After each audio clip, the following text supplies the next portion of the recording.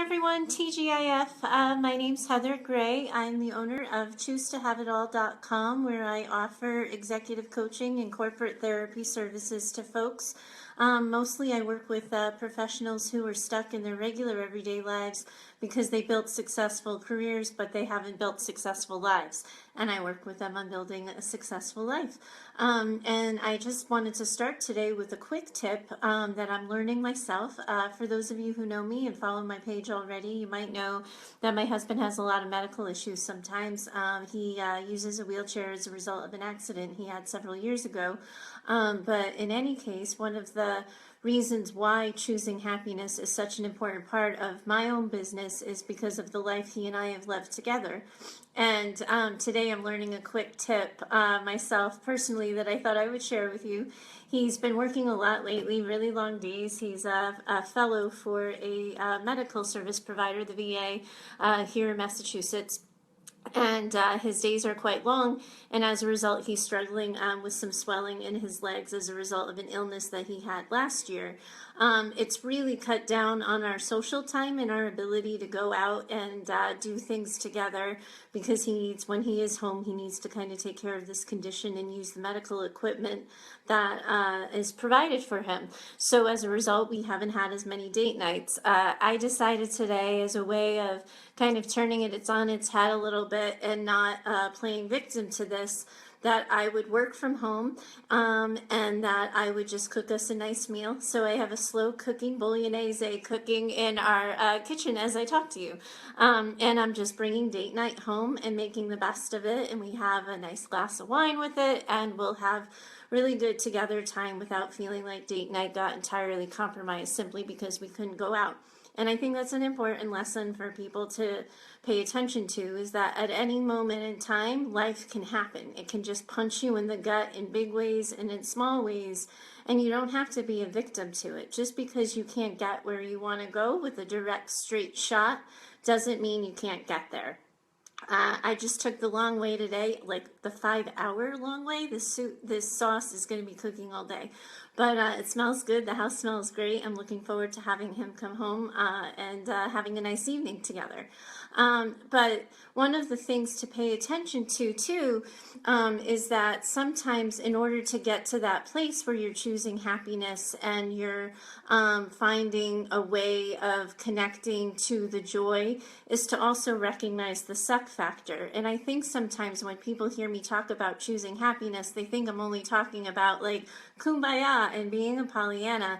And I want to assure you guys that that's not where I'm coming from. That I think that the first part is to recognize the part that's a bummer, the part that doesn't work, and then moving on to a solution that works. And sometimes that solution is going to be a painful compromise that doesn't bring a lot of joy, and sometimes it'll work. So in my case, I'll let you know the next time I talk to you. If the sauce is really good, I found a good compromise. If it's not, then I have to try again next time. But in any case, I got a letter that I was supposed to do on a live for you guys yesterday. I ran out of time, so I just thought I would tackle it today. It's from a woman who calls herself Can't Let It Go. So here goes. Hey, Heather.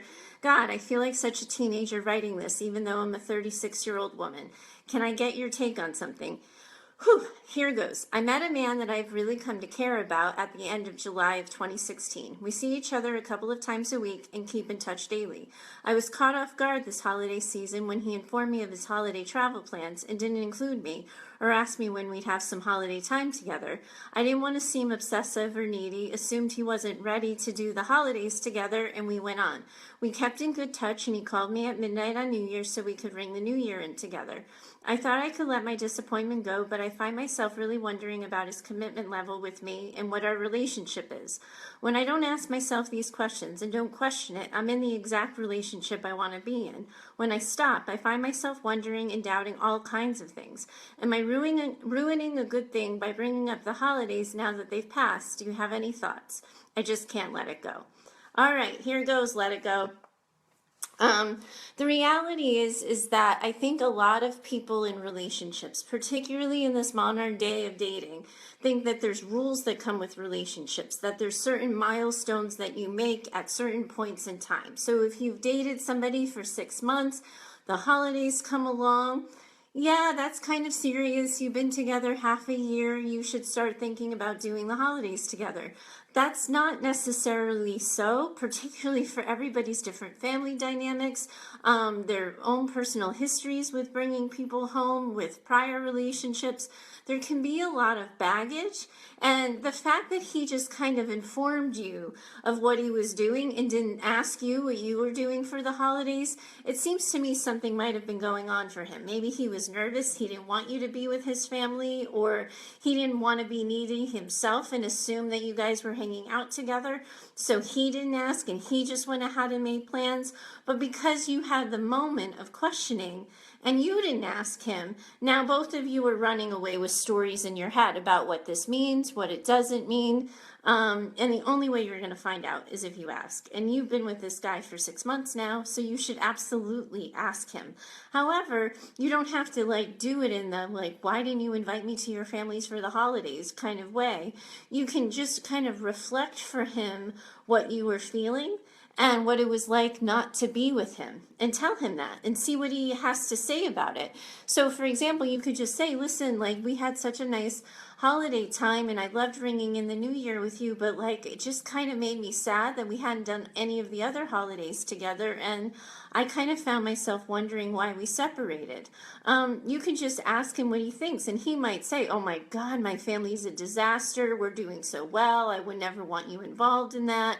Or he could say, you haven't seen your family in forever. I didn't want to assume that you would want me there because you might miss them. Because I think when people are really new in relationships, they get so nervous about ruining it, about rocking the boat, and they think that the next conversation, sorry about that storage warning, always happens when I go online. But in any case, he might have assumed that having a hard conversation or asking would rock the boat. And the only way you're going to find out is if you figure out a way to bring up the conversation. However, there's something you should do first. Before you think about bringing this up, I would get really clear with yourself about what you want and that you've come to care about this guy.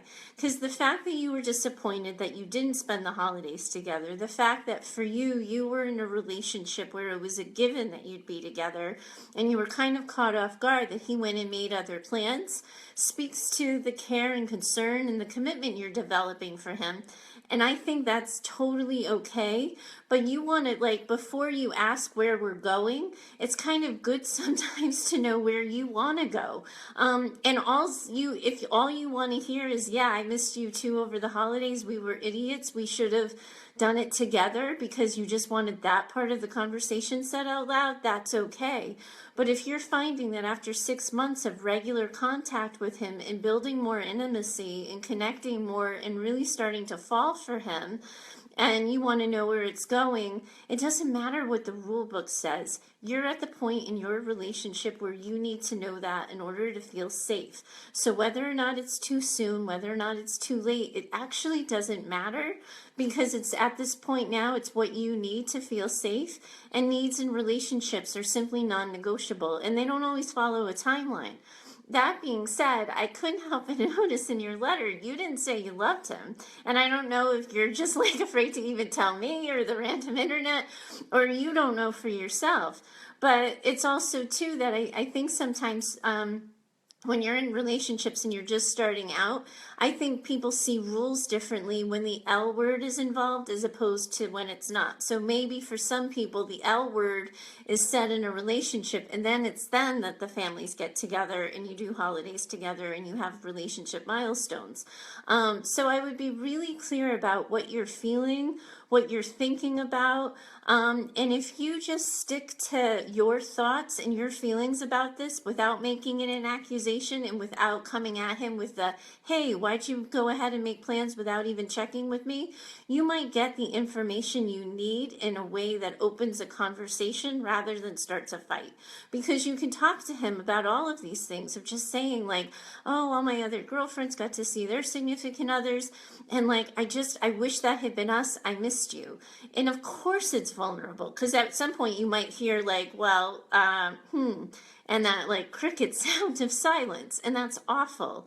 But if that's where you're at, that he did have a holiday and he didn't miss you, but I doubt that because he called you at midnight. My guess is there's a huge miscommunication here. But if you are on two different pages, find out now before you get deeper in. And I think a lot of times people try to protect themselves from that vulnerability, from that nervousness, from the rejection or rocking the boat so much that they don't have the conversations that can actually make the relationship better.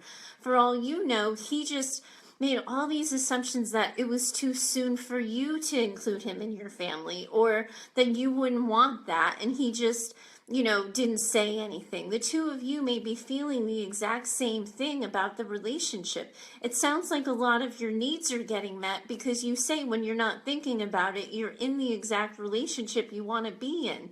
That's important stuff to know. It's also important to tell him. That takes away the psycho crazy vibe that sometimes can come when couples say the whole we need to talk thing. To just say, listen, I've been really happy, and I want to make sure we're both happy together, and that I'm not the only one getting my needs met, that you're good with this too, and you feel good about where we're at. Because if you have that conversation and share your experience, it opens the door for him to share his experience with you, and for you to build a deeper connection rather than having a conflict. I'm sure it feels vulnerable. I'm sure it makes you kind of nervous in the pit of your stomach to think about having the conversation. But what's happening right now is you're having it with yourself. You're creating a boatload of stories, and at some point, the stories that you're making up in your head that you're not saying out loud are going to affect your relationship. Because you're going to start to treat him differently. You're going to start to respond differently. He's going to sense you pulling back in some way. It's just normal, natural human behavior. And if he doesn't know why that's happening because you haven't said something, he's going to react to that story, and off the two of you go with an even bigger pile of misunderstandings that you have to unpack with one another. So I would kind of put your big girl pants on here. Just share your experience, feelings in an open, curious way. It doesn't sound like it needs to be confrontational. It doesn't sound like he did anything with any animosity or coldness attached. I would put a lot of weight on the New Year's phone call. He's clearly thinking of you as his significant other in that moment. So go from that and lean on it, and see, what an honest conversation brings you on the other side. Thanks for writing in. I hope everybody watching, if you have a question, if you're wondering about something around choosing happiness or getting unstuck in a personal relationship, certainly put a message in below the video. You're welcome to message me too on through email. My email address is heather@choosetohaveitall.com, or you can find me over in the community group at the Choose to Have It All community on Facebook. TGIF, guys, it's another football weekend too. I just need to say that because finally it's my team playing and we're going to kick some butt. So have a great weekend, everybody. TGIF. Hopefully my little choosing happiness tip for date night works and I'm making something good for dinner. If not, I'll just do takeout and we'll make it work that way. But hope you guys are having a great day and have a better weekend, and I'll talk to you next week. Bye.